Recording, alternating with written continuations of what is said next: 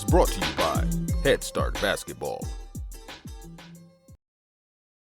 If I'm their coach, if I've only taught them to do life while the ball is bouncing, I failed.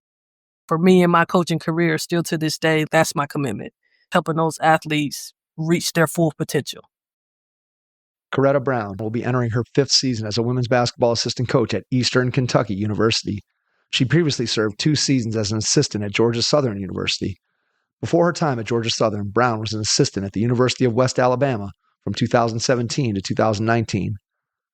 Brown launched a new program when she became the first head coach at Thomas University from 2012 to 2017. At Thomas, Brown coached 4 all-conference players, 1 freshman of the year, 1 academic all-conference, 2 Daktronic-NAIA Scholar Athletes, and 1 honorable mention All-American.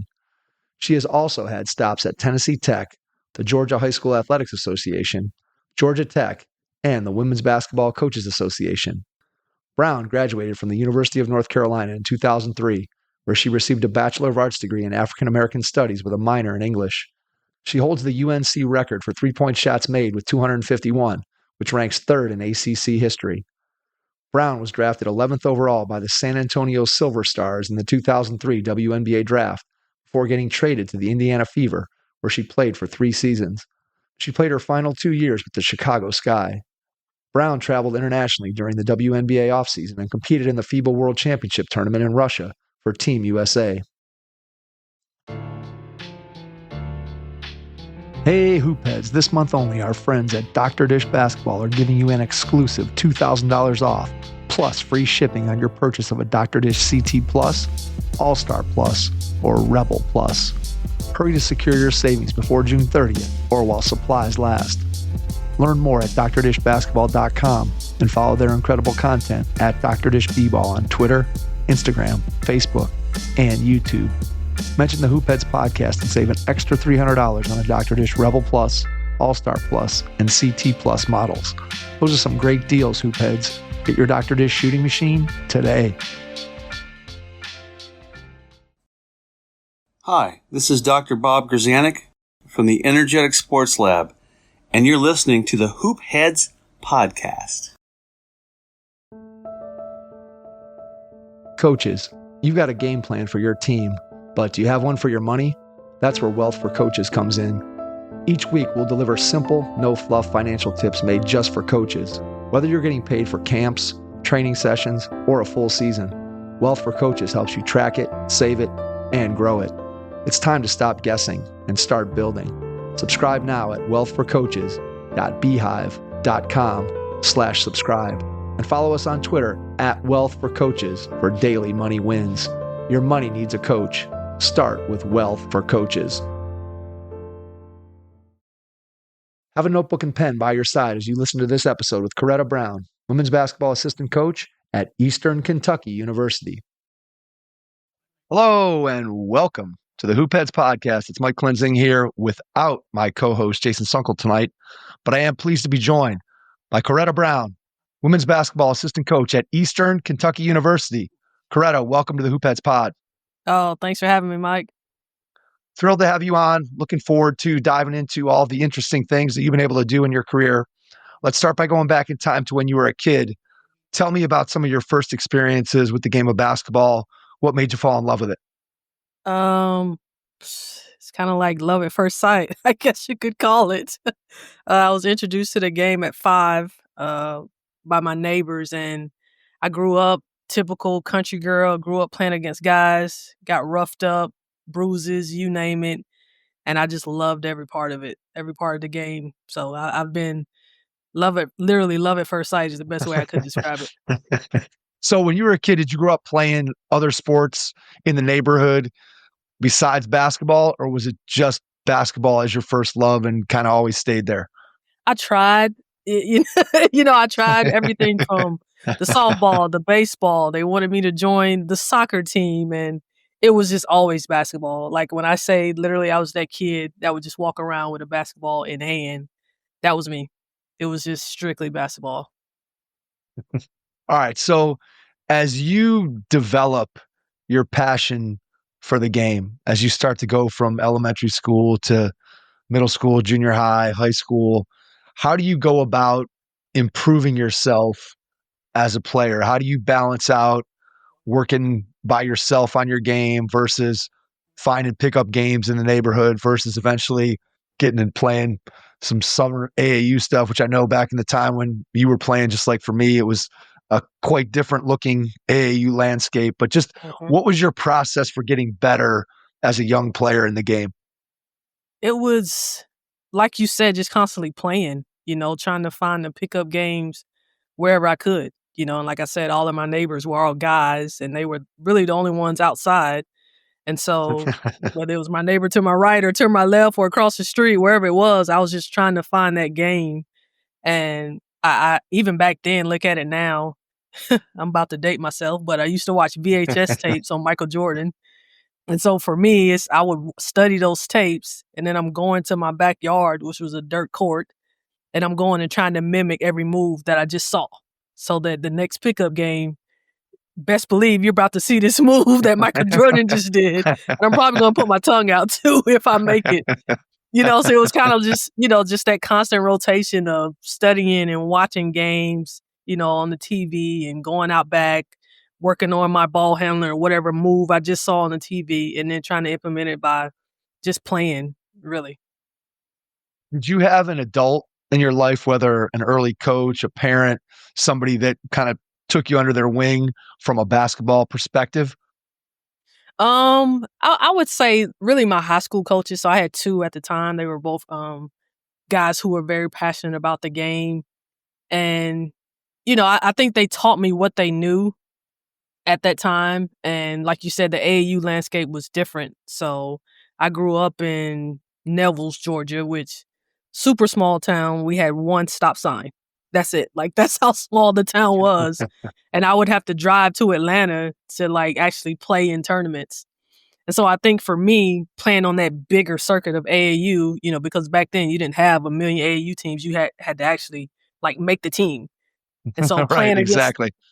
playing against those talented players and, from my hometown, okay, yeah, I'm all world, but when you're going to Atlanta and you forgot about this girl over here in Thomasville, Georgia, that's all world in Thomasville, so it was kind of eye-opening to me, like, oh man, like maybe I need to start doing some extra push-ups and get my dad weights or something because it's a whole level of the game that I haven't even seen yet.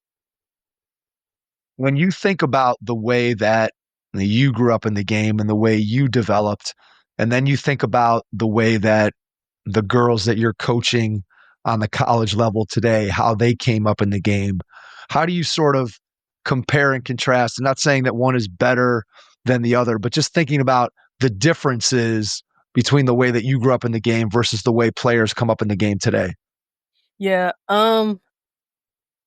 I honestly, and I try to implement it, where I'm at now, even as a coach, it's no substitute for playing, and Right.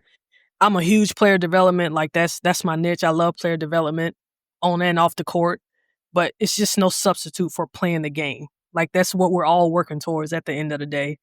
So even now with all of the machines and gadgets that we have for training that of course I didn't have the privy of, it's always going to come back to, okay, can this translate to the actual game? Like you're working on this for the actual game. And so we play, like even when our player development here, we do ton of 1v1, 2v2, 3v3, 4v3, you name it, because at the end of the day, like that's the actual game. You can't substitute that.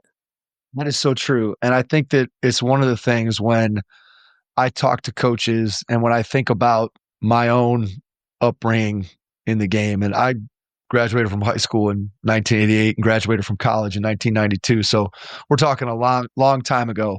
But I always tell people that I feel like my development as a player, and I spent plenty of time on my own in the gym working on my game, but I feel like a lot of what made me a good player and helped me to develop a high basketball IQ was just like you, playing the game and learning to be able to read things and be put in different situations and have different roles on teams depending on how old I was and what park or what gym I was in and where I ranked in the hierarchy of the players who were on that court.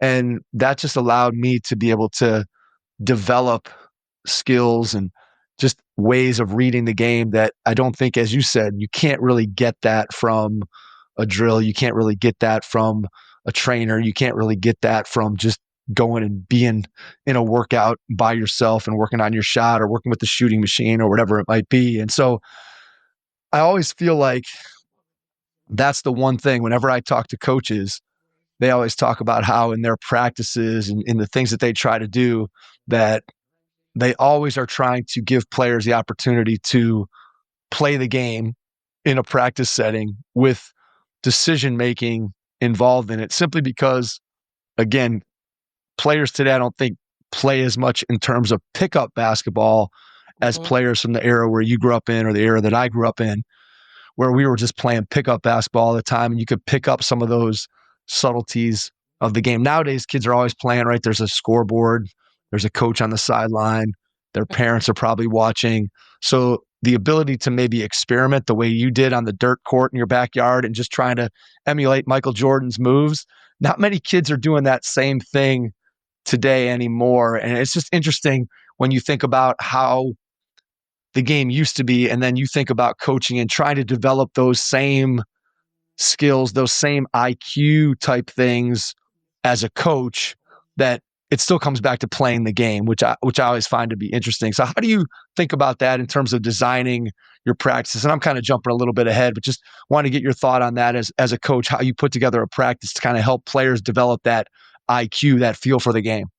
Yeah, so it's kind of like what I said I used to do growing up, and how I kind of introduced myself to the game, by watching the film, working on it, individually skill, and then implementing it to the game.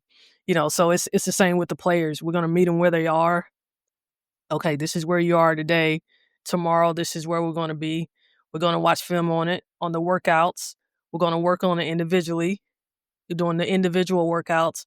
And then we're going to put it in an actual live game setting so that you can understand and get the feel and get comfortable. Because at the end of the day, that's what it's really about. Like if you're watching these NBA finals, SGA looks so comfortable. Like he never looks uncomfortable on the court.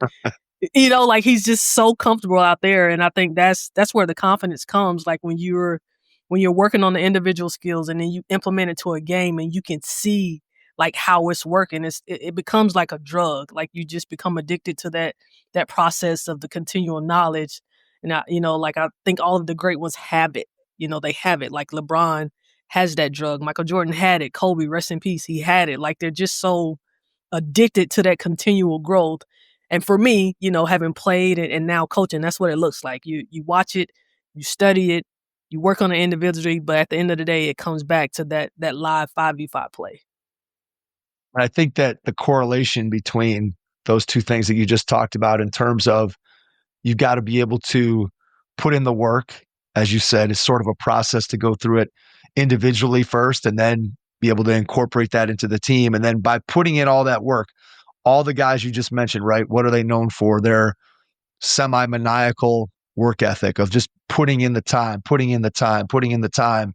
And you put in enough time, and that time eventually translates into confidence. Like so often, and I've done a lot of stuff with youth players, and a lot of times parents would come to me and say, well, they know how to do this in practice, but they're just not confident enough to do it in a game. And my response was always, well, they just have to keep getting better.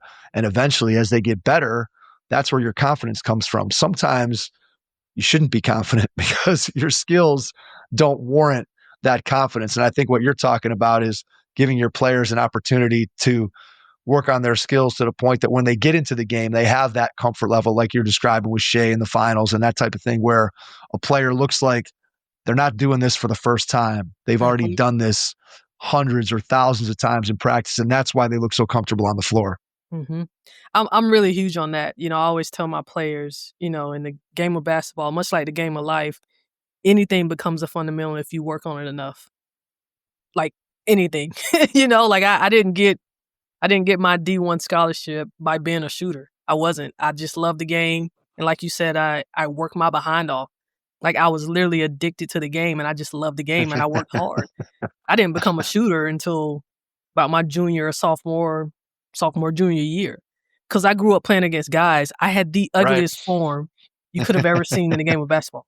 It was horrific. Like it was the worst form ever known in basketball.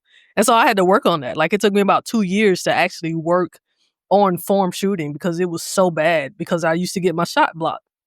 I'm this skinny 5'5" little guard, little girl out there playing against guys. Like, they would send my shot to the trees every day. So I had to get creative on how to get it off. And that was my shot when I got to college. So it's no substitute for that time. And like I said, anything becomes a habit. Like, most of the jobs in America can be taught. And so anything that you do on that court, if you work on it long enough, it's going to become a habit. That's why you see players like Damian Lillard pulling up from half court. To the average basketball player, they're like, oh, crap. He probably Right. does that every day. It's like a layup to him. No doubt. That time on the practice court translates into confidence on the game court. I don't think there's any doubt about that. Mm-hmm. All right, going back to you as a high school player, what do you remember as being your favorite memory, your favorite moment from playing high school basketball? Oh, man. It's a lot of good memories in high school. I mean, from the people, the administration, it was just a time. We played in basically a barn. I just remember it being so hot in that gym, and it was standing room only for every game. My favorite memory would probably be when we won the regional championship, I believe. I think it was the regional. It was like double overtime. I think I had like 44 points or something like that. And I was so oblivious to like what was going on, right? Like, all I knew was we needed to win to go to state. That's all I knew. But it was like this huge, big deal. Like, I just remember it being so hot in there and all the news reporters. And I mean, it was just so amazing to be able to share that, with all of my friends. We're still friends to this day, to be able to share that with them. Like, it was just a time, and again, like for me, I just love the game, forget the magnitude and all of the other stuff that was going on. I was out there doing what I love with my friends. Like, that's what I remember most about my playing days in high school, was just being able to play and share the game with genuine people who are just literally still in my life to this day. That's why we all fall in love with the game, right? Sometimes we forget that the game's supposed to be fun, and oftentimes we're doing it, hopefully, with teammates that we love, that we care about. And I mean, it's just, I think sometimes it's easy to lose sight of that sometimes in the day-to-day moments of a season, especially, as you well know, coaching at the college level and the pressure to win that goes along with that, and the constantly having to think about, especially in today's era, the recruiting and just the day-to-day and all the stuff that doesn't even have anything to do with basketball. But I think what you just said there about you and your high school experience and your high school teammates, that you just were doing something that you loved and doing it with people that you love, that you're still connected with to this day. To me, that's almost the essence of what you want a basketball experience to be for somebody. I think it's a really, really good description of an ideal basketball setting, Coretta. I agree. And I think with anything, like even if you're talking corporate America, anytime you're dealing with people, that connection is so key. Right. And so for me in high school, like, I had that connection with my teammates. Like, we would get the little tattoos that you put the little fake tattoos. Like, Oh yeah. we would do that, and hey, let's all do our hair the same. Like, it was a genuine connection that we had. We would leave practices and go to one of my teammates' house because her mom made cookies. Like, it was just, it was a time. And so, yeah, we won and we went to state and we did all of those things, but that's what I remember the most, was that connection. And that's why we're still friends to this day, X amount of years later. When did college basketball get on your radar? Was that something that you grew up dreaming about? I grew up dreaming about playing in the NBA. So my mind was a little different. Again, I studied Michael Jordan. So in my mind, I was going to be the first female Michael Jordan to play in the NBA. And it just made sense to me, right? Absolutely. It made sense. And so college kind of came into the radar probably, I would say, my 8th grade, around 8th, 9th grade, because I played up 8th grade. I was still playing on the varsity level. And I'll never forget my 9th grade, day one of my 9th grade year. I walk in and I had this big letter on my desk from UGA, because again, I, grew up in Georgia. So UGA, a ton of alumni that worked at my school. Like, everybody was wanting me to go be a Bulldog, right? And so I walk in and I see that letter and I'm just like smiling. Oh my God, it's about to be the best year ever. UGA is recruiting me. I'm going to go be a Bulldog. Life is amazing. And so that's what I remember most about my 9th grade year. And shout out to the Bulldogs, but I think I chose right. Did Michael Jordan have anything to do with your choice? Absolutely. Absolutely. I mean, you got to think I grew up watching his VHS tapes, like he's my GOAT. He's still my GOAT to this day. And it doesn't hurt on your recruiting visit when you run into Vince Carter on Franklin Street, like that doesn't That'll hurt work. either. Yeah. No, that does not hurt at all. So what's funny is, Coretta, I grew up here in Cleveland, Ohio, and for whatever reason, I go all the way back to the 1980 North Carolina team. And then obviously the Jordan shot, when he makes that shot in 81, I'm 11 years old. And I just get hooked on Carolina basketball from that point on. And I had Jordan Carolina stuff all over my house. And then when he went to the Bulls, had Jordan stuff all over the place. And so when I think about me as a college basketball fan, and obviously during that era, college basketball was probably close to, if not the equal of the NBA in terms of notoriety and just the players, and the game was different, and that guys stayed for longer at schools, and you didn't have the transfers and all the stuff that we have today. And I just, again, I grew up as a huge North Carolina fan, and my family would go on vacation to, and this tells you what you talked about dating yourself. So I'm going to date myself now when people hear this story. So we used to go on vacation to Hilton Head Island, South Carolina. I think we went for the first time maybe when I was maybe 11 or 12. So we're talking like 81, 82, right in the range when Jordan's at Carolina. And I wanted so badly to get a Michael Jordan North Carolina jersey. Well, of course, today I could order it. It could be at my house in 2 hours from 40 million different websites. At that time, you couldn't find it any store. So we would drive, and literally I would make my family get off the highway, and we'd stop like at department stores, and they'd have North Carolina basketball stuff, or, there'd be t-shirts or sweatshirts, but I could never, for like 5 years straight, would get off and we'd search all these stores. I could never find a North Carolina Michael Jordan jersey, but I would make the family stop every year. I'm like, we got to get off and see if we can find one. There's gotta be one out here. So I can totally relate to your desire, and eventually getting the opportunity to go and play at North Carolina. So talk about that decision and just what the recruiting process was like for you. The recruiting process, it was brutal. Whew. And you got to know my mom. She was one of those mothers that I had to talk to every coach. Back then, they mailed the questionnaires. I had to fill out every questionnaire and send it back, regardless of who it was. And so it was like, it felt like a job, So coming into my senior year, I knew without a doubt that I was going to sign and commit early, because I'm like, I'm not doing this another year, Mom. I'm committing early and getting this over with. So that was my recruiting process. It's just a lot of letters, a lot of calls, and I ended up choosing Carolina. Back then, I think we had 5 visits. I forget who they were. I know I had Carolina, Duke. I want to say I had UCLA, Kentucky, and I forget the 5th one. But I only took one visit. I took one visit to Carolina. And it's so funny because I was scheduled to go to Duke the very next weekend.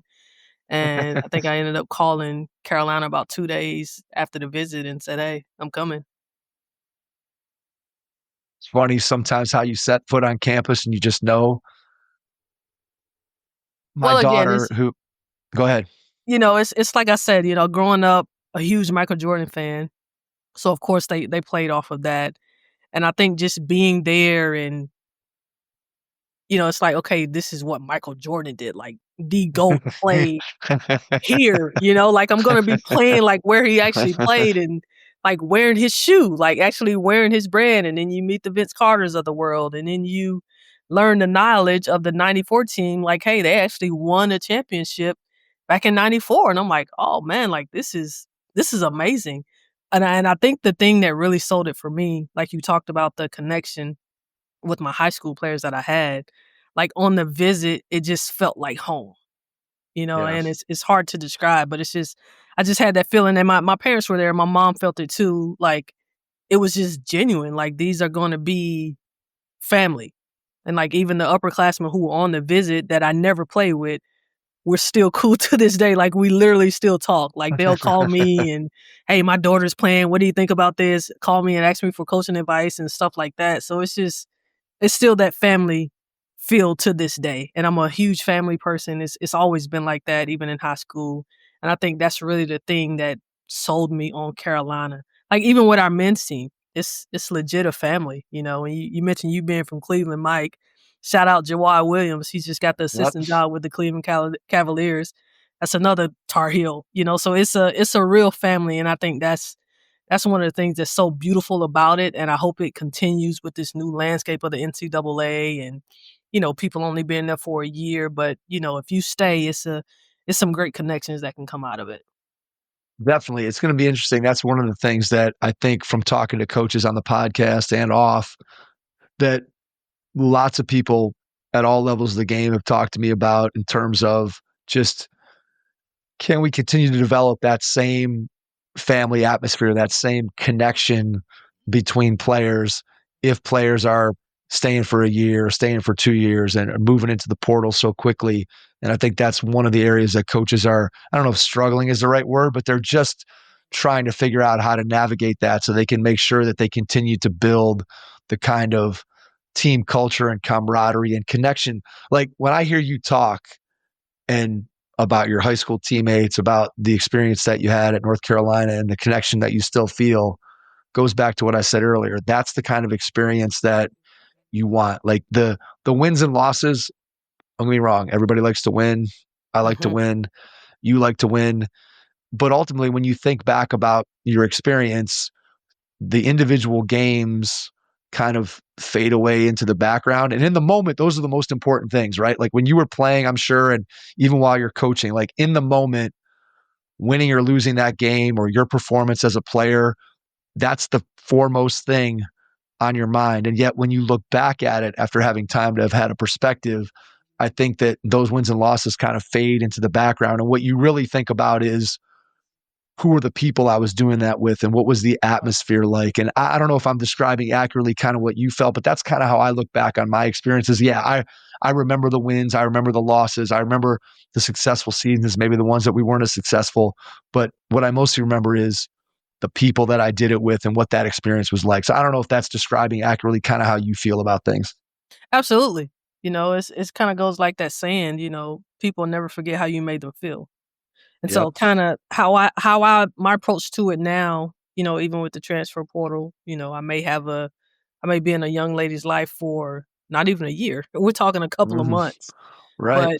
But, it's that commitment.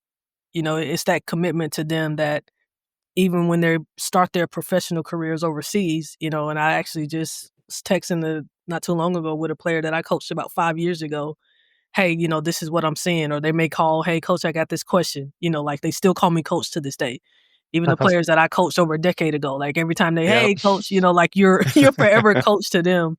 So I think it's that commitment to them, and that's where like even today I've challenged a lot of my coworkers, even the ones who are really good coaches who are thinking about, I don't know if I want to do this anymore, thinking about getting out of the game. My rebuttal is always, well, A, why did you get into it? You know? And if you got into it for that connection to help these individuals grow, again, I'm really big on player development. Like that need is still there, whether it's for a year, 2 years, or 3 years. If you got a player that's willing to listen and that wants it, like they need us. They need good coaches. They need good mentors in their life. And so that doesn't go away. Whether you're coaching them or not, like you still have something that you can bring of value to that individual. And so whether you coach them for a year, 2, 3, 4, shoot, now 5, 6, like you kind of owe that to them. You owe that to the game to be there for them, because I know for me, that's what I had growing up. I actually just had the opportunity he's a great mentor of mine now, but Andrew Calder, he was my position coach at the University of North Carolina, mastermind of the game. And I still call him to this day. Sylvia Crawley, who coached me at Carolina, I still call her to this day. with, hey, this is what's going on, or we're struggling in this area.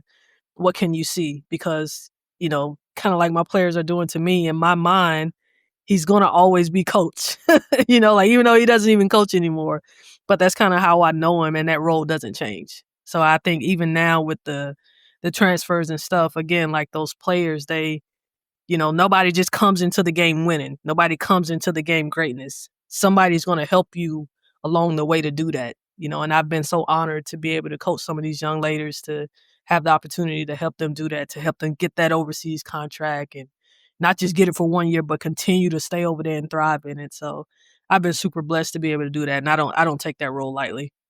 Yeah, it's so true. I love what you said in terms of asking somebody, well, if you want to get out, why did you want to get in? And I always come back to what you described there as being able to use the game of basketball to be able to make an impact on the young people that you're coaching. And then that impact doesn't only last for the 9 months or the 4 years or the whatever number of whatever amount of time that you end up actually coaching and having interaction with that player, with that young person, but that influence lasts a lifetime. And I love when you talked about calling someone coach, right? That your players who you had 15, 20 years ago, that when you had them, they were 19, 20-year-old kids, and now they're adults and you're an adult, and yet they still call you coach. And I know I feel the same way. I had a kid who, and again, I just described him as a kid. I coached him in high school. He graduated from high school in 1999.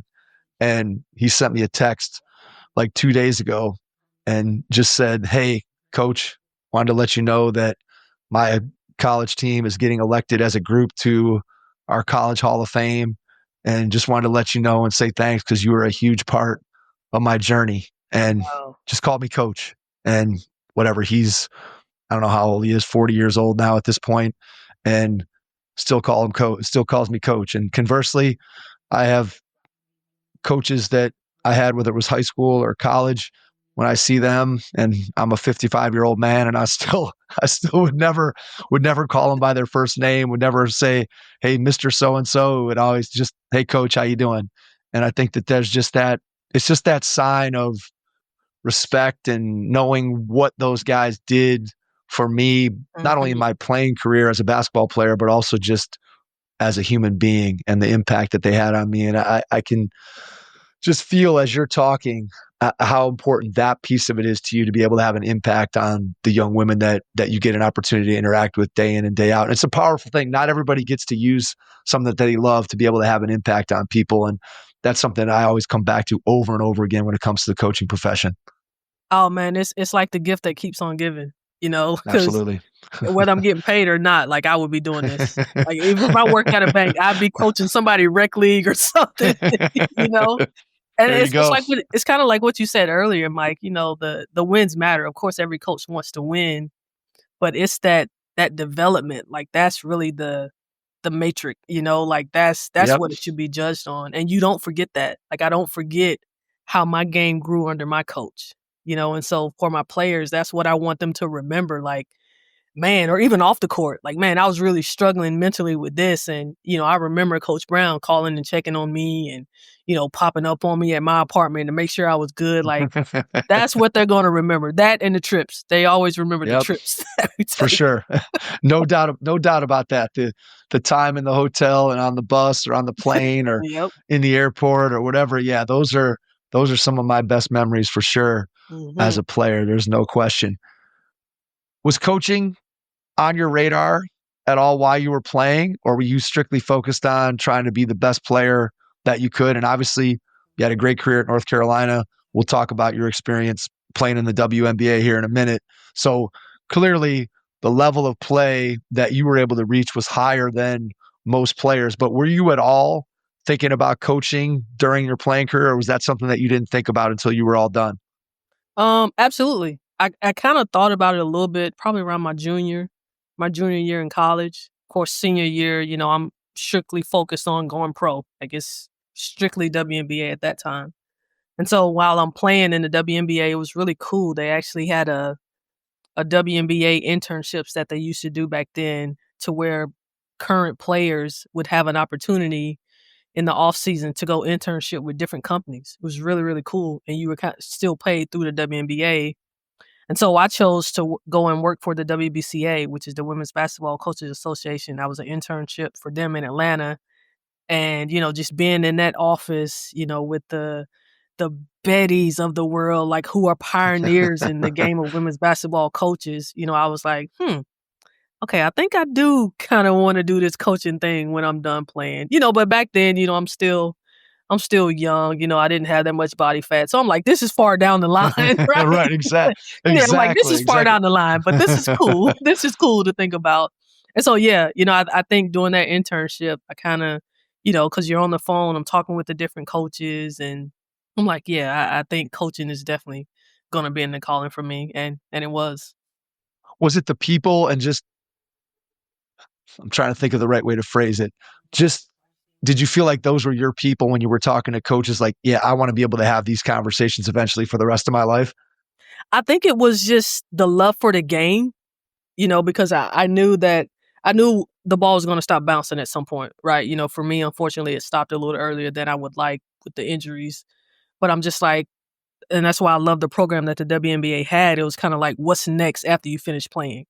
Which, when I'm 18, 19, I'm not thinking about that. I'm going to play For forever, sure. right? Like I'm going to be the female LeBron and playing at 40. Didn't happen. It was so far down. It wasn't even close, And so I think doing that internship with them, it was like, okay, like maybe I do need to start thinking about this. And so for me, it was, okay, whenever I'm done playing or I can't play anymore, this is going to be my foundation, to start building my networking with these coaches. And so for me, it was kind of like that segue into coaching in almost the 2 decades that I've been doing it now. All right, before we get into that transition from playing to coaching, let's talk a little bit about your experience in the WNBA. Tell me about the process going from you finish at North Carolina, now it's time for you to embark on a professional career. What did that look like in terms of, did you hire an agent? What was the process like? How did you end up figuring out what you needed to do, how you needed to do it? Who helped guide you along the way and sort of got you to where you needed to go? And then we can talk about your actual playing experience in the league. Yeah. So senior year started out, I felt the weight of everything, because again, like I've always just wanted to play and, have fun, compete, all of that. Well, senior year, now you're up for this award and this, and you're top 10 in this and all of the accolades, and this person wants to interview. So it's just like, whoa, a lot of pressure with that. And so my coach at the time, Sylvia Crawley, she actually kind of stepped in, and I ended up signing with her agent. And I think that kind of alleviated some of the pressure. I remember meeting with the coaches, and they're like, hey, like nothing's changed. Like, let us help you take this off. Like, you don't have to worry about signing with an agent right away. Like, you just continue to focus on basketball. And at the end of the season, we can revisit this. Which for me, again, you think back to my senior year in high school, I want to commit early because I just want to be focused on the actual game. So I signed with an agent. I remember draft night. I tell this story a lot. So draft night, it's not like the big draft party that you see now on TV. I think they only invited like 5 people from my class, and you had to like track it on your laptop. So I'm actually in my dorm room. This is a true story. It's senior year. I'm actually in my dorm room. I'm doing laundry. I am doing laundry. I get a call. I go downstairs, I get my clothes out of the dryer, put the next load in the dryer. I come back up, I see my agent is called me. I called her back and I'm like, hey, what's going on? She was like, what are you doing? It's like, I'm doing laundry. And she just bust out laughing. She's like, you're doing what? I'm like, I'm doing laundry. Somebody got to do it. Like, I got to do my laundry. Like, what are you talking about? She was like, well, you just got drafted first round, 11th pick. And I was like, oh, wow, that's pretty cool. And she was like, that's it? I don't know what she was expecting, but I was just like, well, yeah, like I haven't been working my butt off for nothing. I'm like, okay, when do I leave? When do I fly out? So I just remember that being my senior year. Again, it's about like high school, we're playing for the region championship. And I'm just like, okay, this is what we got to do to get this. It was kind of that same mentality on draft night. It's just like, okay, like I put the work in, like I think it's going to be good enough. And I got the call, hey, it was good enough. I'm like, okay, let's get to work. Now I got to go there and I got to put up rookie numbers and I got to go make the USA basketball league. Like for me, it was always, okay, yes, check, what's next? Right. It's always the what's next. But tell me about the experience of playing in the league, what was your favorite part of being a professional basketball player? Oh man, it was not in the sense that you've arrived, but it was just like, man, like you're really living your dream. Like all those days of playing in your backyard in the rain and getting yelled at by mom to come inside because it's too dark outside. You can't even see the basket. Like all of that hard work, of the 4 days in the weight room during the summer in college, not going home, just that time. It's like putting in that time, you finally get to see the reward of it. Even though my rookie season I didn't play a lot, it's the fact that I get to suit up every day and I can put professional athlete on my resume and I'm sharing the court with one of the greatest to ever play women's basketball, Tamika Catchings, every day. Like everybody can't say that. So I think for me, like that was the biggest thing. It was just, I'll never forget the first time walking out of tournament and I saw my Fever jersey and they was asking for my autograph. I think I might have shedded a tear. I'm not sure, but I was just like, wow, like you're here. Like you did it. This small town girl from Neville's, Georgia that nobody ever even heard of. Like you did it. You beat all of the odds. So I just remember that, not satisfied, but it was just like, okay, now I can finally breathe because I'm here now. It makes sense though. I mean, when you think back to being a kid, right? There's a lot of people like you that have dreams of being a professional athlete. And it always seems to me that when you get there, it has to feel, and obviously there you have some signs. It's not like you go from being a high school junior to being, most of us anyway, go from being a high school junior to being dropped into a professional sports league. So you kind of have some inkling that there's a possibility it's going to happen.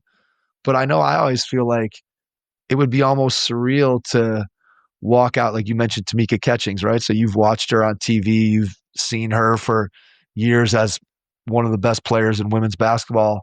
And now suddenly here you are, you're walking out on the court next to her. And Yeah. in some ways, I always feel like it would almost be surreal to step out onto that court or step into the arena or step out of the locker room, out of the tunnel. And it's almost like you'd have to spot, like I personally, I feel like I would have had to spend like 3 minutes just kind of staring around at the stands and the people around me and going, holy cow, like I've been dreaming about this since I was 7 years old and here I am. It's almost like that pinch me kind of moment, if that makes any sense. Oh, no, for sure. Because I'll never forget in college, my coach used to show me videos of Cynthia Cooper, back when Houston had the Comets and they won like back-to-back, like triple championships. And so he would watch clips. He would show me clips of her, hey, how she's doing the reads and, how I can implement that to my game. He did that a lot, which I really appreciated. And so I'll never forget, coming into the league and they're like, hey, you got Cynthia Cooper. And I'm like, wait, what?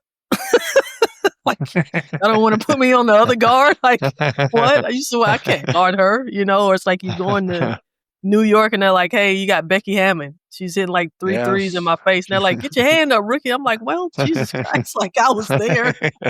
Right.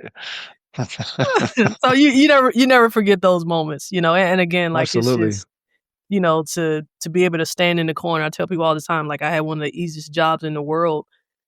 I was a shooter, so all I had to do was just wait for Tamika to kick it and just knock down the shot. It's about like playing with LeBron. Like it's a pretty sweet gig when you think about it.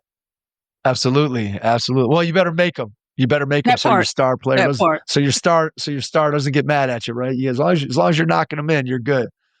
Oh man, and we talked about work ethic, right? So in my mind, because I've always been a hard worker, so I'm here now. I'm in the WNBA. I'm part of the 1%, whatever. Like not a lot of people get this experience of being a professional athlete in the WNBA. So I work hard, but when I tell you, watching Tamika Catchings, watching the Natalie Williams, and watching how they work, like it was a point, even in my rookie season, I started questioning how the hell did I get here? Yeah. Because like I thought I was working hard, but like it is a legit job to them. Like they were nonstop, pre-practice, before practice, lift after practice. And I got yoga that night. And then it was just like continuous cycle. And they did it every single day. And so like when we're talking about these pros and how they make it look so easy, and even how their bodies are able to sustain all of that. It is a job. Like, it is a legit job. And I was able to see that firsthand. And, I had to make some changes or I wasn't going to make it to year 2. I think that's something that is severely underrated when it comes to players at the highest level of both, I think, the college game and certainly the professional game, that the work ethic and the maniacal desire to improve and get better and master their craft, I think is something that it's a question that I always like to ask, especially coaches who have experience at the professional level of, you get to that high of a level of basketball and everybody has talent. You don't make it to that level without having tremendous talent and without having some physical tools that allow you to be able to get there. But ultimately, what separates the players who then become all-stars at the professional level, who become the very best of the best, who are the Michael Jordan, to go back to that, what sets those players apart is just their ability just to keep working, to do more and more of what it takes, to thinking back to what you said about fundamentals, right? You do something enough and it becomes fundamental. Things that Michael Jordan could do or things that Tamika Catchings could do are things that for the ordinary average player, even at the highest level, those things look almost impossible. But those players at the very, very top have made those skills that for most players would be nearly impossible. They've made them fundamental because they've just put so much time in. And then you combine that with the physical tools and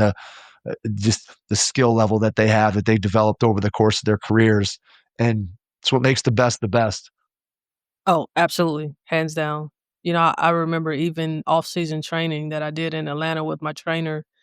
I would train with him once, but he also trained a lot of NBA players. And so, I would come do my training with him, strength, court workout. Those guys were going twice a day. So again, I'm just like, how the hell did I get here? Like, how am I on a professional level? Because they're up. And I think Kobe said it, best. He's up 4-6 working out. Then he got a break. Then he's back at it from, 11 to 1 or whenever. Like, they're going 2-3 times a day, and it's just like I said, it's nonstop. And, when they're constantly doing that, like the Tamika Catchings, those really great ones, when they're doing that for a year and you got someone, even in my caliber, who, okay, yeah, you're a professional athlete, but you're only doing it once. They're doing it twice, 3 times a day. By the time you're 3-4 years in, it's no way you're catching them. Right. Yeah. It's no way. And like, you're not even close. Yeah. And you think about the intensity that they're doing it with. And I remember I had an assistant coach who he was at Kent when I played as a freshman. And then he went from Kent and he went to the University of Michigan. And he was there in the season when Ramil Robinson made the 2 free throws to beat Seton Hall in the Final Four. And I remember him at some point years later, he talked to me about it, and he's just like, before I went to Michigan, he's like, I had no understanding of like how different. He's like, Ramil's up at, again, 7 a.m. before class, and he's doing workouts with the ball in his hands, but also doing his weightlifting and doing his plyometric percent. All just, again, just it's a different level of work ethic when you talk about players that are at that level. And then, like I said, you combine the physical tools with that work ethic, and man, that's when you really have something in a player. Oh, absolutely. Absolutely.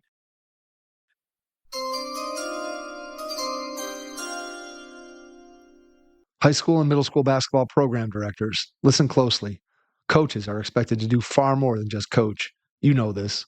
It doesn't matter if you're doing the coaching yourself or you have a full staff of coaches with you. You know very well that coaches handle scheduling, academic issues, parent communication, leadership development, and even mental health concerns for athletes. A lot to deal with. And when coaches are stretched too thin, it impacts the development of athletes, team morale, and the overall success of the program. There are several ways to prevent you or your coaches from feeling overwhelmed. However, I'll tell you one of our favorite ways to keep coaches firing on all cylinders, and that's athlete-driven accountability and organization. Instead of coaches constantly reminding players about assignments, grades, and practice schedules, the programs at Playmaker Planner put the responsibility back on the athletes. By tracking their own academics, goals, and commitments, student athletes become more self-sufficient, which of course allows the coach to focus on what they love doing most, coaching. Let's find out if the programs from Playmaker Planner can be a complement to what you're already doing. Visit playmakerplanner.com/stop is this for you to find out more.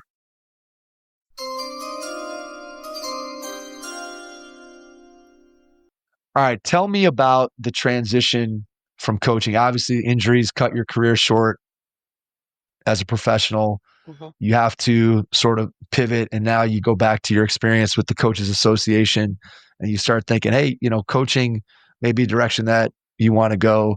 So you spent some time at Georgia Tech, Tennessee Tech. Just tell me about those two stops, kind of, again, how you got into it first, and then tell me a little bit about what you learned and what it was like coaching for the first time. Yeah.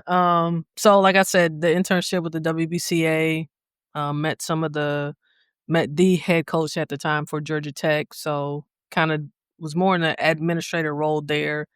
And that was literally my first introduction from player to coach.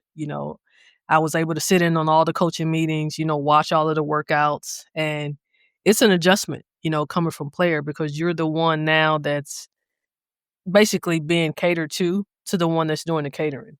The one Right. you basically gone from student to teacher, so I just remember being a complete sponge, just watching how they did everything from the practice planning to the individual workouts to the film sessions to the recruiting, even hosting recruits for the official visits and, just the whole nine there. It was so new, like all of the paperwork. Oh my God, the paperwork. Because I was in an admin role, I'm like, oh my gosh. Right. Now I'm questioning. I'm like, okay, I want to be on the court. Like, this is ridiculous. Like, this is ridiculous. Like, you got to pay me for this and pay me for this. And it was so much, but it was such a learning experience, and I really appreciated my time there. I was able to work with the recruiting coordinator at the time there. And so when she got the head job at Tennessee Tech, she brought me on as her assistant there. And that was my first assistant women's basketball coaching role there with her. Super duper thankful of her tutelage and her mentorship because I learned a lot, and she was one of those people that she was one of the female coaches in the game that actually empowered me to be a female coach because she put a lot on me. Every year, she was just constantly teaching me the ropes of, how assistant women's basketball coaching, how it goes on a D1 level. And so I learned so much from her. And I used to tell her all the time, I was like, I want to be what I had in college. I was like, I don't want to be a head coach. I want to, we're in this together. Like I'm going to be your Andrew Calder to Sylvia Hatcher. Right. Like literally that was my mindset. And then my very next stop was a head coach. Not only was it a head coach, I actually started a program. So I've learned and matured with my words since then. I'm very mindful of what I say and what I speak. And I mean, my stop has just been nonstop from there. I've even coached at a high school in Atlanta. I did that before I went to Tennessee Tech, Benjamin E. Mays High School. And, it's been so rewarding, because it keeps me around the game, because I'm such a junkie of it. And just to be able to have that impact, like I'm such a hands-on person, like to be able to have that impact in those young individual lives it's like you can't put a amount on that. No, absolutely not. I think that, like we talked about earlier, being able to make an impact on young people certainly is very, very powerful, and being able to do it through a game that you love, there's really nothing better. Now, you mentioned that you became a head coach after being at Tennessee Tech and you take over at Thomas University, but you didn't really take over because you started a program from scratch. And what's funny, Coretta, is my last interview last week, I interviewed Andrew Wingreen, who he is the head coach at the New College of Florida. And he took over there and started a program from scratch. And Wow. so I'm freshly off the same sort of line of questioning here. So I'm going to kind of follow up with what I talked to him about and ask you the same questions. What do you look at as being, when you think back to that time? Obviously, you haven't been a head coach before. Now you're stepping into, I guess, the positive, it's a blank slate. Mhm. But what do you remember about sort of the first month on the job and sort of how how did you prioritize what you needed to do when you're taking over a program that is starting from nothing, that hasn't existed before? How did you prioritize tasks? Oh, well, first a roster. Yeah, exactly. Recruiting, the lifeline of coaching, first and foremost there. Oh my God, that was an interesting chair, because you're starting a program, not only just starting a program, you're starting a program on the NAI level. And so, I'm coming from a D1 assistant mid-major, but we have resources to going to an NAIA. And I remember talking to my AD at the time. This is literally first week on the job. So I'm asking him, okay, when do I need to take the recruiting test? Because July recruiting is coming up. And he thought that was the funniest thing. It was no recruiting test. Right. So it was like completely different than what, my mind had been trained to do for like the past 4 to 5 years. And it was just, I just remember it being a lot of hurdles. We didn't have a gym at the time. So we actually had to practice at a local high school. We didn't have a weight room at the time, so we had to, I had to get out in the community. And luckily I found a guy who had his own, it was an old high school gym that he did training out of. And so we were able to work there. It was constantly hurdle after hurdle after hurdle. And it aged me. Not gonna lie, Mike, it aged me. Before that job, I didn't drink coffee, didn't have a gray hair. By year 2, I'm drinking coffee every day. My gray hairs are everywhere. I aged. Those first 2 years, I aged a lot, but I also learned a lot. What's the number one lesson that you took away from that experience? When you think about, obviously from there, you go back to being an assistant. We'll talk about that in a few minutes. But when you think about that experience, building the program, being responsible for everything as a head coach. And again, it's so interesting to me to be able to think about coming into and starting a program where you don't have to, quote, change the culture. You don't have to adjust this. It's like you can say, well, what do we want our uniforms to look like? What do we want our game day preparation to look like? What's the locker room going to look like? We don't have to reconstruct it. We have to construct it in the first place. So when you think about that, what were some key lessons that you learned over the course of that time that you've continued to carry with you in your next couple of stops? Yeah. I think for me, the biggest thing that I learned during that time there was that, basketball, the impact that I have. I learned so much about me individually as a coach that I didn't quite knew before then as an assistant, if that makes sense. Because now, like, I am the decision maker, for everything. I am the head. And so I learned a lot about me, about my leadership traits. I used to say all the time, even though we were NIA, I used to tell my players every day, we're the UConn of NIA. Like that was the standard every single day. And so I learned quite a bit about myself, my leadership traits, what I did well, areas I needed to grow in, even the construction of a staff, from scheduling, like everything was just so new and just kind of thrown at me. But I learned a lot. And so I'm very appreciative for that. And I'm most appreciative of, I actually had a conversation with a young lady that I coached there about a month ago. And she brought it up. And she was like, Coach, even though we were NAIA, like those were some of the best days of my life. Like I'll never forget the life lessons that you taught me. And, like our locker room, we was always on us. Our locker room had to be clean. And, we had to look a certain way getting out the bus. Like, again, we were the UConn of NAIA basketball. And that was so rewarding to hear, because again, like everybody wants to win, but the impact that you're having and that's going to carry far beyond them, if they're only there for 4 years, so you play your game for your 4 years. Is that it? Like, that's all that I taught them in 4 years? So to be able to hear that, and she's still carrying some of those lessons to this day and thriving in her career, that was a huge win for me. And I literally just had that conversation about a month ago. Well, that goes back to what we talked about a few minutes ago in terms of you want the experience to be a positive one. Mm-hmm. And it's funny, I was just my daughter had a summer, not a summer league, but just a bunch of teams got together and we're playing high school basketball. And I was actually talking to a father of a guy on another team that I knew from a previous era of my life, and we were just kind of talking about our daughter's situations with their teams and how their teams were going to look. And, we kind of went back and forth, and we started talking a little bit about AAU basketball and what was going to happen in July and where our various teams were going to be playing and whatever. And somehow we got to the idea of the fact that we just want for our daughters an experience that is a positive one. It goes back to what we said just a few minutes ago, that you want them to win, you want them to be successful, but at the same time, ultimately you want that experience to be one that they're going to look back on positively, and that they're also going to look back on and think that, hey, I didn't just learn how to shoot 3-pointers better, or I didn't just learn how to run this particular style of offense, or I just didn't learn how to play a particular brand of defense. I actually learned things that I can now apply when I'm 30 years old, when I'm 40 years old, when I have a family, or when I'm at my job, or whatever it may be.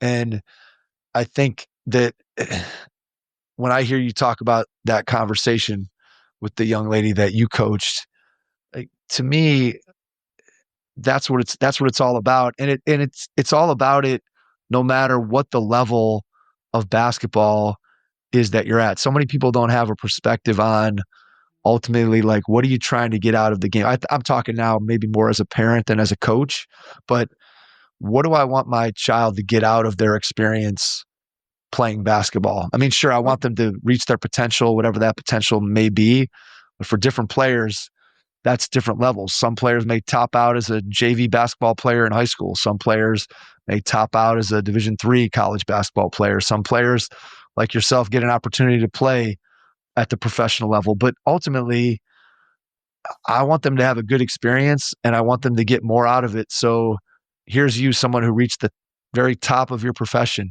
as a player, and you're going to spend far more of your adult life doing something other than playing basketball. And so ultimately, you hope that what you took away from the game was more than just being a great player. It was the coaches that had an impact on you. And I always try to think about, how do I spin that forward, both myself when I'm working in my day job as a teacher, or I'm coaching my own kids or coaching somebody else's kids. And then how do I look at that experience for my own kids? Because you see so many people, and I don't have to tell you this, but how many parents do you talk to when you're out on an AAU event or whatever it might be, where people are just, they have this delusion about what they think that their kids should be getting out of basketball at a level that they think their child needs to be able to play at. And ultimately, whether you're at Thomas University or you're at Eastern Kentucky or you're at UConn, if you have a great experience, to me, that ultimately is what it's all about. And don't get me wrong, everybody wants to achieve and get to the highest level you possibly can. And I think back to myself as a high school player, like, I would have killed someone for the opportunity to play Division I basketball. Unfortunately, I was able to do that. But I look back now from the perspective that I have, and I think there's probably other levels of basketball that I could have gone to and probably had a great experience too. It would have been different, but I would have had a great experience. And to me, that's what it comes down to. And I think when I hear you talk, that's what I keep coming back to, is that you're building those relationships with the players that you have to give them a great experience, in addition to helping them become the best basketball players that they can be. Yeah, because that's it. Like, for everyone, that ball's going to stop bouncing at the end of the day. And so kind of how I look at it, if I'm their coach, if I've only taught them to do life while the ball is bouncing, I failed. Because like Right. you said, like, I've been coaching way longer than I've been playing now. So that's the meat. Like, that's what's going to really stick. And it's just, yeah, we want to win, but winning is going to be that byproduct of that daily commitment, that connection, that preparation, that hard work, all of the stuff that, regardless of if you're playing basketball or not, you're going to be okay. If you got that foundation of certain things that you just have to have. And so, for me in my coaching career, still to this day, like, that's my commitment. This is just helping those athletes reach their full potential. What's been an aspect of coaching when you think back to the beginning of your time as a head coach at Thomas, and kind of being thrown into the fire and having to learn how to be a head coach on the fly and put all that stuff together?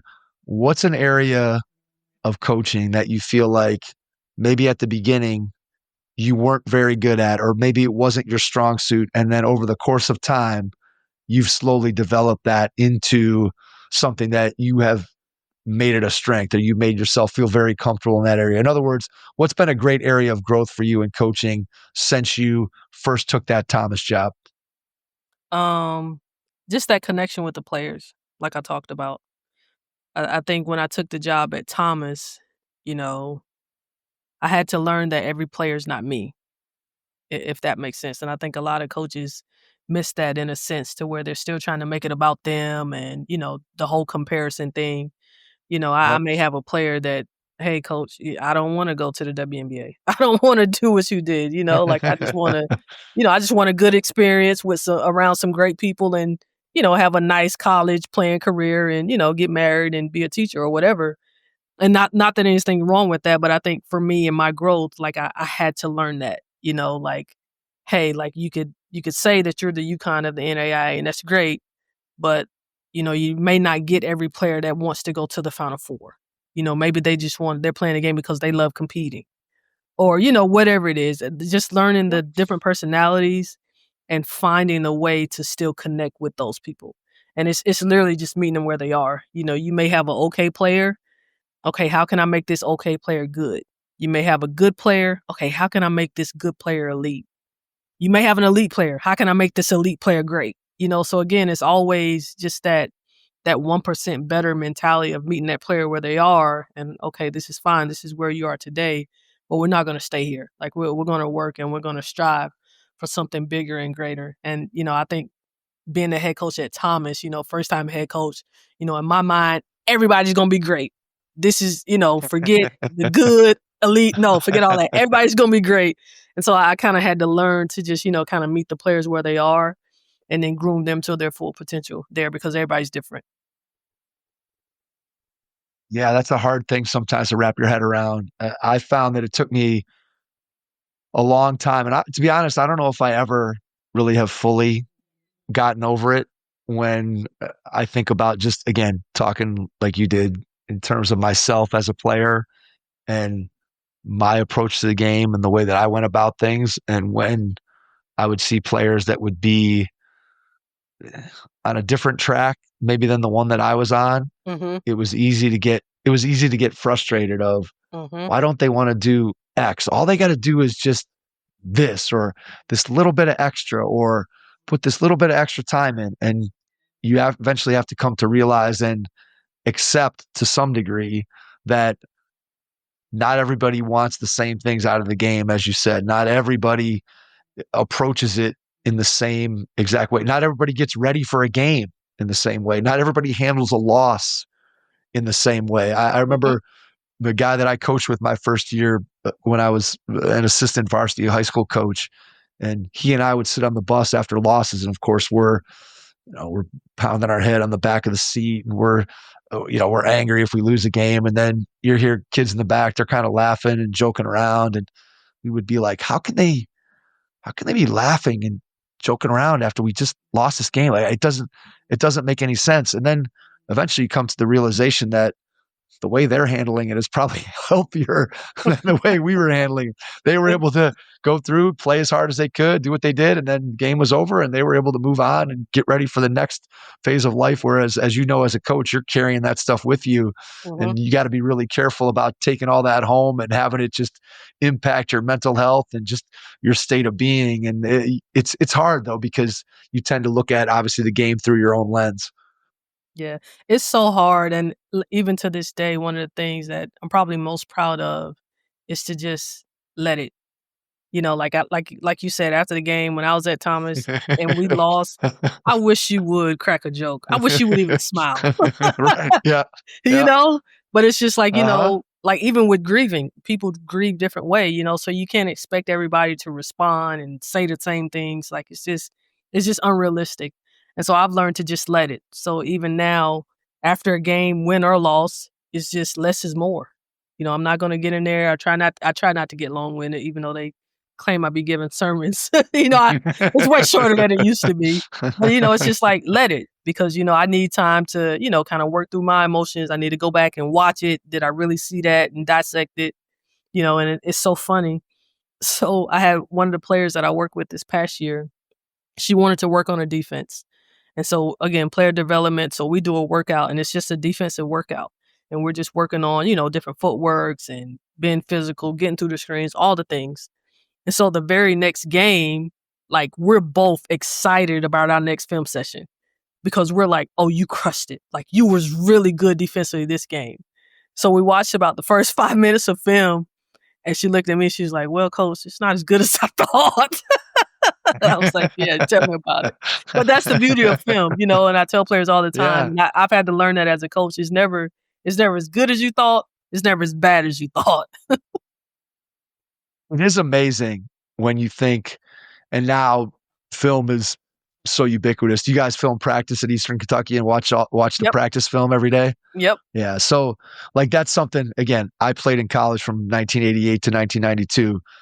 Practice film didn't exist. Mm-hmm. And even game film, when I think about watching it, we're talking VHS tapes, we're talking the old assistant coaches, GAs would go and drive to whatever the FedEx or the UPS, the post office to mail the tape, or they'd be meeting somebody halfway between schools to exchange video and all this stuff. And then you're watching it and coach would be trying to stop it on a particular play. You'd hit rewind. It would go like 3 minutes past where the play you wanted to stop. So you end up watching the same thing. And it was such an inefficient process. It was unreal. But now, to your point, like the amount of film that you have available as a coach, in some ways it's a blessing and a curse, right? Because now you can be so efficient with it that you find yourself just probably watching even more games than you might normally to prepare for an opponent and all that kind of thing. But also players have so much access. But I think the biggest point there is that it's amazing how your memory plays tricks on you and what you think you see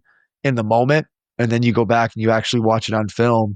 And to me, it's one of the best teaching tools that we have as coaches. And I know that even as a parent watching film with my kids and trying to help them to be able to understand and learn, because there's an art to watching film and being able to know what to watch for and what you should be looking at. And it's such a valuable tool. And I think to be able to utilize it the way that coaches and programs can utilize it today is huge. How do you guys use the film with your individual players in terms of getting them to be able to see the things that they as an individual are doing? Are you meeting how often do you meet with them in one-on-one to just watch film? Or are you doing it position by position? Just how do you guys organize that at Eastern Kentucky?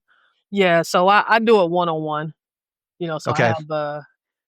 we break it down by groups here, but I usually end up working with everybody from the guards to the posts to the tweeners. And, anybody that comes to me the beginning of the season, if they're outside of my group, we're going to watch it 1v1. And we usually try to do that. It's not every day because, again, like we don't want to overload them because, Right. we're blessed in the sense to where our players watch a lot of film anyway. But it's just different when you're watching it as a coach. And kind of how I like to do it is the transfers. The first film session, I may watch it and I'm asking them what they see. Because I need to gauge, like, okay, what are they seeing, getting into their mind, what are they thinking, what are they looking for? And again, like understanding meeting the players where they are, and then we just grow it from there.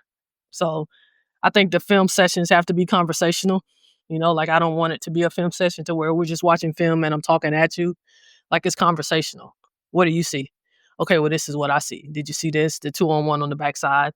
And so it's very much a conversation through video. How do you balance out the positive and the negative in terms of showing them things like, hey, here's where we needed you to do this, and this is right on point. This is exactly what we're looking for. And then pointing out opportunities for growth on the other hand, where, hey, here's something where you might want to approach this in a little different way. And obviously asking questions, to me, what you just talked about is a great way to do it because it gets the player to think, and then you're bouncing ideas back and forth off each other. And then eventually you kind of get them to you're able to direct them in the way that and where you want them to go. But how do you try to balance out that positive and negative, showing them what they're doing well versus showing them what they need to improve? Yeah. So preseason, it's all teaching. Like that's how we just kind of gauge it. It's all teaching. During the season, I gauge it on kind of like the emotional intelligence of the player, if that makes sense. Yep. Example, I had a shooter that was struggling. She was struggling. You could see it, her body language, like I could just see it that she was struggling. And so, yeah, she had a terrible game, a terrible shooting game. And so for our film session, the next film session, I'm just going to show you strictly positives, because it's not that you don't have the capable skill. It's just mentally you're not in the headspace right now because you're down on yourself. And it's just that understanding of the players, meeting them where they are and understanding what they need in that moment. A lot of players, they don't need correction all the time, especially if they're good enough numbers and you're winning, like they're obviously doing something well. So it's really just emphasizing the areas that they're doing well. Here's some areas that we can improve on. And then also having that, connection, the energy understanding of the player that, okay, if they're struggling with confidence right now, they don't need a 15 or 10 to 15 minute sessions of more of their F ups. Yep. They're already down. Like they probably need the balance of the positives there. No, it makes sense. And I think that's one of the ways that for sure the coaching profession has evolved.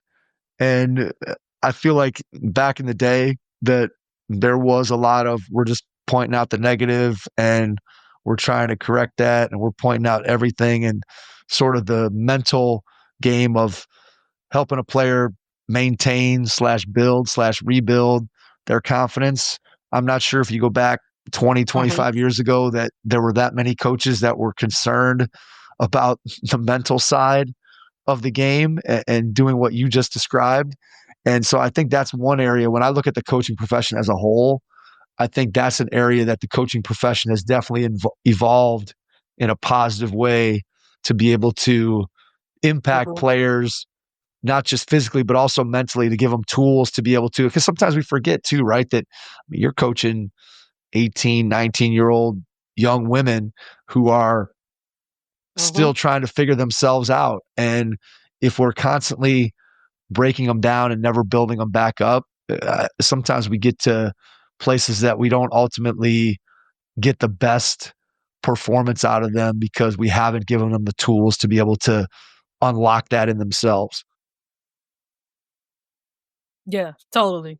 And like I said earlier, the whole goal, especially for me with player development, is just to get them as comfortable as they can on the court and as confident as they can.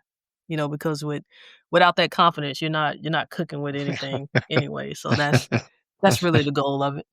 When you think about your time as a head coach and then going back to becoming an assistant coach, what's something that you appreciate more now that your head coach might want and need that maybe you didn't realize in your first go round as an assistant? After having been a head coach, what's something that you realize that your head coach needs from you now as an assistant coach that maybe you didn't know before?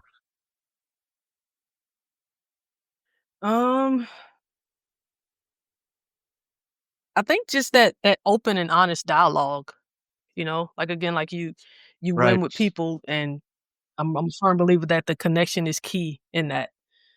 So it's kind of like, and I do this here. If I see something or if I feel like, hey, this may help us win, being able to express that, whether I'm calling the shots or not, like this is, hey, I watched film on this, what do we think about doing this? Or what do we think about this action for this player?